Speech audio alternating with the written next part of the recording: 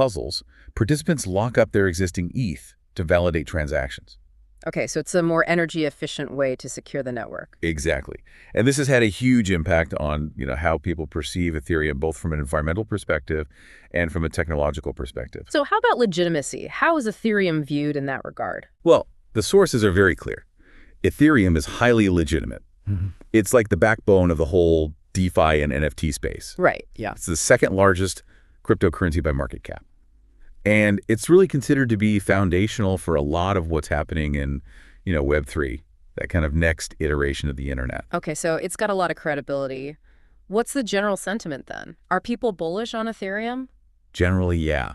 The sentiment is positive, especially for those who believe in the future of Web3, the power of smart contracts, that whole idea of a more decentralized and open internet. Right. However, one thing that does come up, especially for short-term traders, is the issue of gas fees. Right, those transaction fees. Exactly. They can be quite high, especially when the network is busy. And that can be a deterrent, especially if you're just trying to make a quick trade. Okay, so it's something to keep in mind.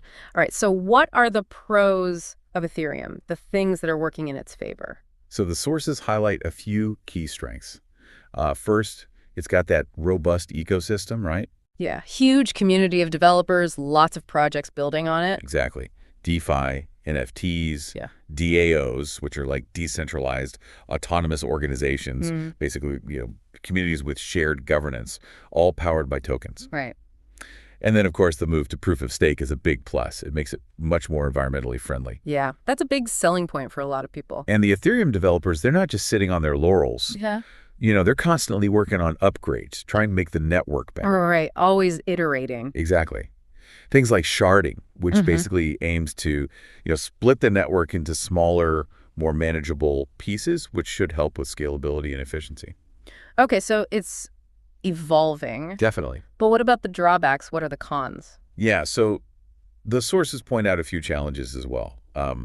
As we mentioned before, those high gas fees, they're still a problem, especially during periods of heavy network usage. It's a barrier to entry for some, especially for smaller users.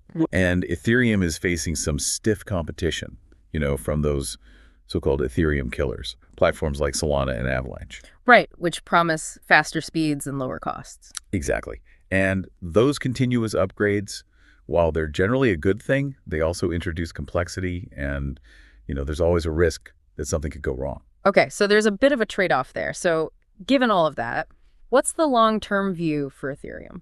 So looking ahead to 2025 and beyond, the sources suggest a potential price range of, $5,000 to $8,000. Okay. But